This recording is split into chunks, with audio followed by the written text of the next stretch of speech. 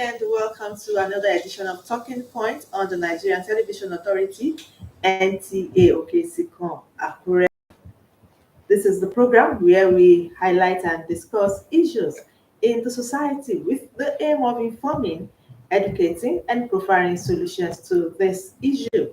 I am Abiola Ariyo. It's good to have you join us on the program this evening.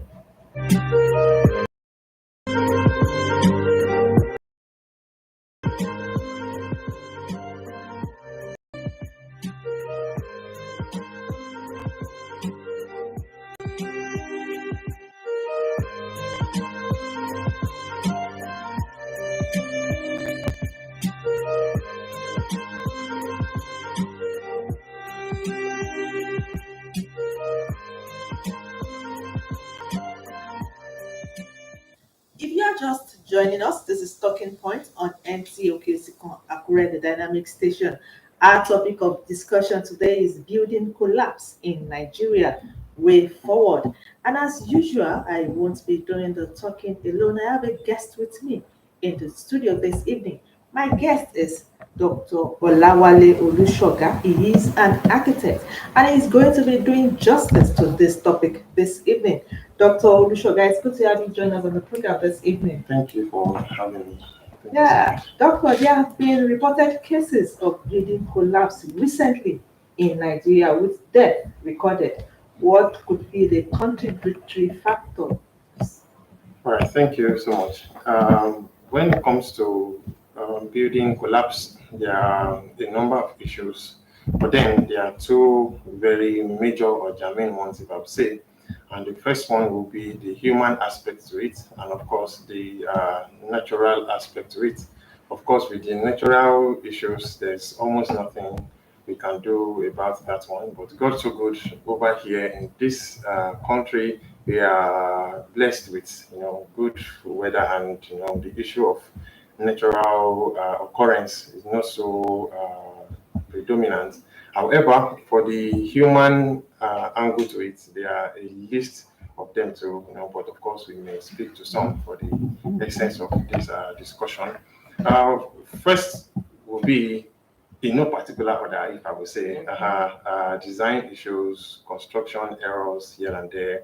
We also have the issue of workmanship, unskilled labor handling, projects. On the structural side, to the loading systems of some of these buildings, to is also an issue. For the loading system, now, if I would say, with examples now, we could have, some people who meet with the professional. Now I want X kind of building, a bungalow, if I would say, and because he makes an extra money along the way, he decides to increase, forgetting that that foundation that was done for that particular structure was just to carry a bungalow. And so we load that, and everybody lives, or even during the construction, to the thing falls to the ground. And failure could happen during construction, and it will happen to existing buildings too. So we could have old buildings that collapse, and we could have buildings under construction too that collapse. And of course, there is also the elephant in the room, the very big one, which is corruption. Mm. Thank you very much. Yeah, you talk about some people say substandard building materials. They say substandard building materials are said to be part of courses. How do we check this? Can this be checked in our society? Hmm. Yes, I believe so. However, we have reasons why these things still linger, and I will put that blame at the at the people who are supposed to ensure that we have standard materials. I will not really blame those who buy them, but I will blame those who allow them come. You go to the market and I want to buy reinforcement bars, and because they tell you, this one is 10 naira, this one is 20 naira. So you want to believe on the face value, 20 naira should be was the best one. And of course, the expensive one will still be the fake one. And people buy those things without suspecting, and they take them the same way to the site, and of course use them. And we have this kind of issue. So yes, building substandard building materials could be checked, and those who are saddled with responsibility of doing that are those who are to ensure that we have the right materials in the market. Yeah, you are an architect. What do you consider when you want to when designing a building? Okay, thank you so much. Before I answer that question, I would like to really make a little definition of who an An architect architect is. is, and with that, we'll be able to answer the question going forward. Now, because we are not in the classroom, I would just like to give a layman definition of who an architect is. An architect is a professional who is qualified and responsible for designing buildings, planning them, and also supervising the construction. So there are three issues here. First, he is a professional. Professional. Secondly, he is qualified. And number three, he supervises. So what we have here is everybody moves around. I'm a contractor, I'm an architect, and they all undertake construction and design activities here and there when they are neither qualified nor professional. So that is one issue first. Then secondly, as an architect, yes, a few things uh, I consider, I would not say about others. First of all is the client's requirement. You approach me, I want to design XYZ, and of course the first thing I ask you, what do you want? I want a one-bedroom apartment, I want this, I want that. So those are written down and of course,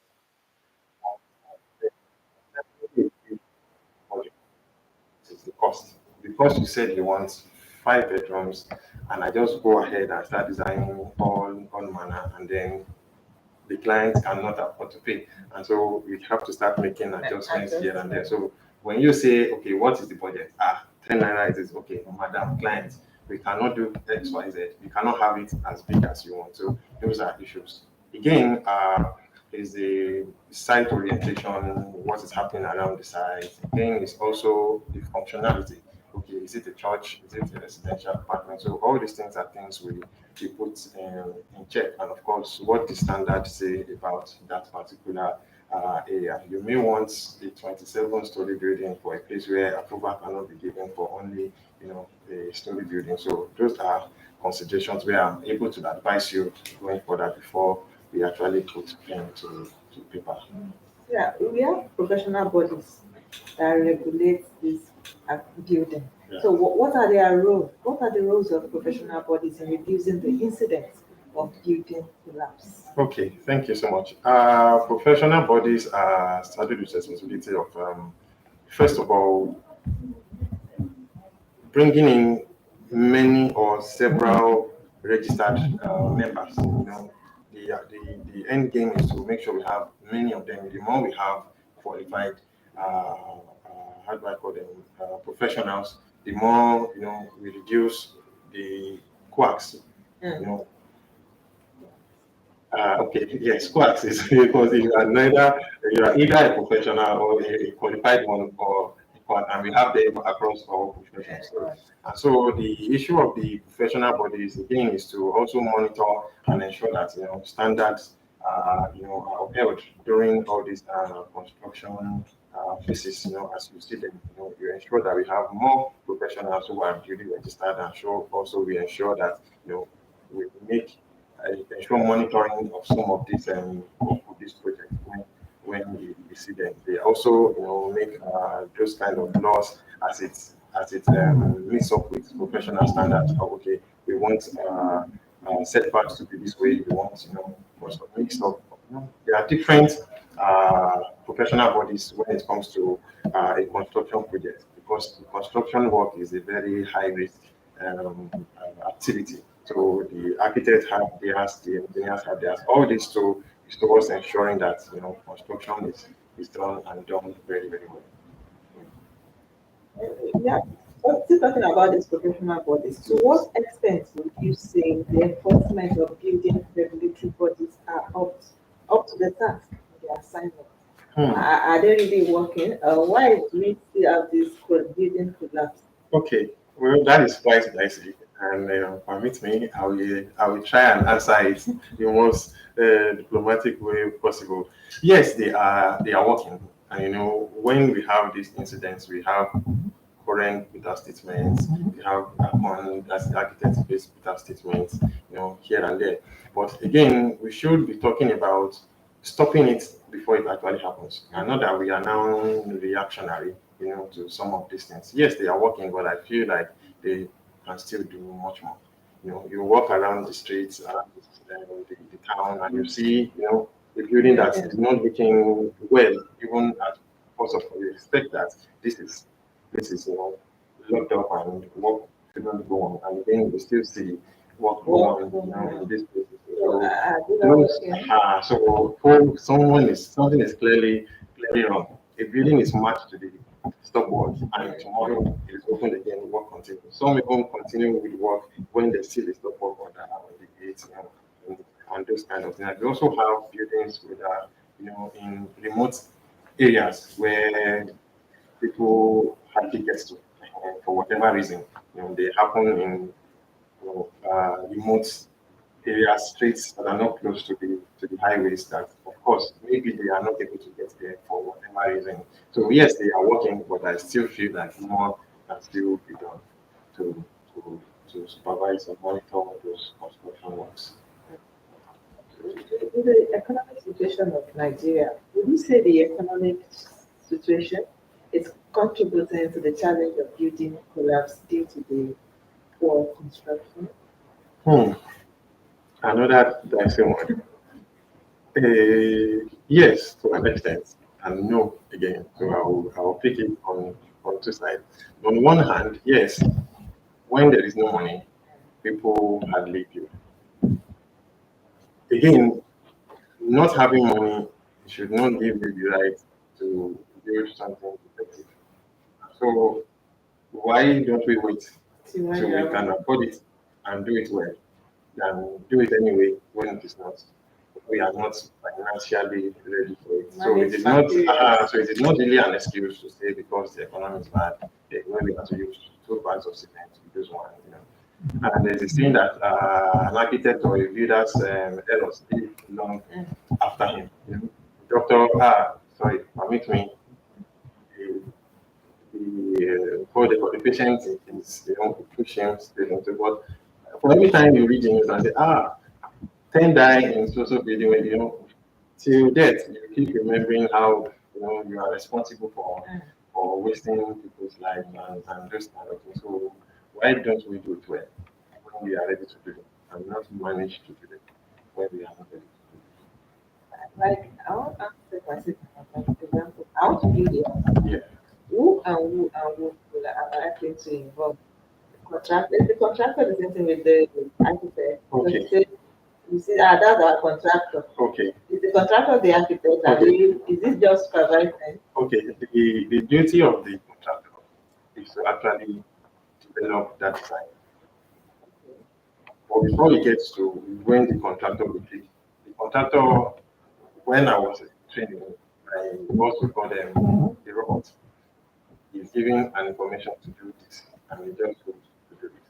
What becomes what the contractor works with is what professionals work on. The architect takes care of the building. I want it to look like a fish, I want it to look like a cake, or whatever the client wants. And it fits the thing to the structural engineer. Okay, how does this fish stand? How does this building stand? It takes care of the investment, and a lot of other issues. The slabs, the columns, the beams, how those things are supposed to stand. The structural thing is that we have again the M&E, that's the medical engineers, services and all whatnot, lightings, wirings, and all those are also taken check by the M&E professionals too. After that, we still have a lot other subsidiary and allied ones. We still have again the cost consultants who happens to be the quantity surveyor who will tell you as face value of estimated cost of construction is 10 million because he has checked number of doors vis-a-vis how much the market value is as at that time. And of course, we have reviews time and time again. So this document, after everything has been checked, taken to the approval office, stamped, ready for building, then we call either a tender for the contractors, advertisement if it's a big project. But if you have one, I have somebody who is a contractor, okay, he takes the document. But again, the architect who originated that thing is still supposed to be part of and ensure that okay, I put this here because the science of why that door is there, the science of why that window is there is the responsibility of the architect. So it comes to supervise it. So when I was defining, I didn't say the architect builds. So the contractor does that, but the architect just supervises to ensure. So that chain, if it is there, then there will hardly be a problem. And that is because I am registered now with my license. And so it is renewed yearly. So if I undertake a project that is defective like that, they come for me. And of course, that license took years to acquire. And so you are not willing to throw it away because of construction issues. So those are some of the players when it comes to designing and constructing buildings. Thank you very much, Doctor. We'll quickly go on a short break now, and when we come back, Talking Point continues on NTA Akure.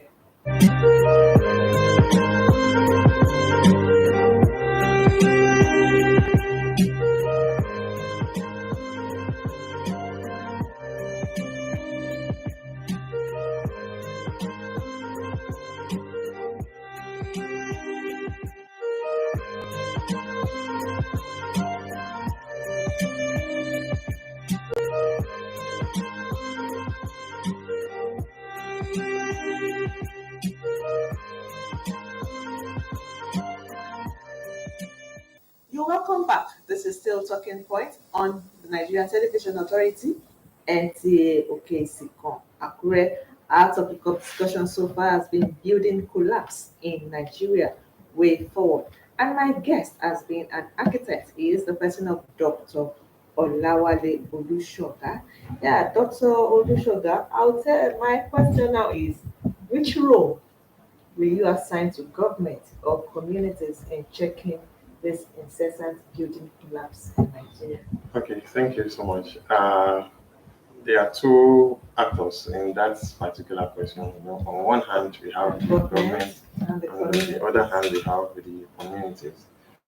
So, on the side of the government now, I would like to see more in terms of making example of people when these things happen. You hear every time. I was reading a document in Vanguard by Kuren, that's the regulatory agency that's engineers, saying about 22 collapse happened in the last 7 months in Nigeria alone. That is alarming. 22. So more needs to be done in making people responsible for actions such as this. When we hear this collapse, yes, there is that noise in the media and the news about what has happened, how many casualties and whatnot. But we don't eventually see that there is a prosecution done and there is a name, being mentioned all the way down to legislation and all whatnot. So the more that continues to happen, this will also continue to happen. So when you know that a good name, they say, is better than money. So your name is right there in the news. Nobody wants that ever. And so more needs to be done in ensuring that offenders across board, the architect, the contractor, the client, everybody should have a taste of this, provided they took part in those kind of defective buildings. And then on the side of the community, well, I don't think they can do more than reporting. I go about, I see the mix, I see the building not looking okay. I should be able to run to the somebody is doing XYZ in my area that is not looking nice. Please, I would like an inspection. I would like, and once that is done, we know that they will serve as the watchdog, particularly for those construction done in remote areas where some enforcement teams can't get to. So they serve as the top eye to look and reporting same to the planning authority and then the governors to that political will to make sure that wherever you are going to face the music when it happens on your side. Clients and professionals together. On a final note this evening, I want you to advise we that want to build the builders out there. What should we watch out for? Your advice to us. Okay. Yes. That is also very important. And because in this line of work, we have seen a lot. You know, there is an adage, or we like an adage or a dramatic expression, whatever it is, a saying, penny wise, pound foolish. You have money to undertake a construction project. I have 15 million in my pocket. What makes that building a reality involves a lot of professionals too.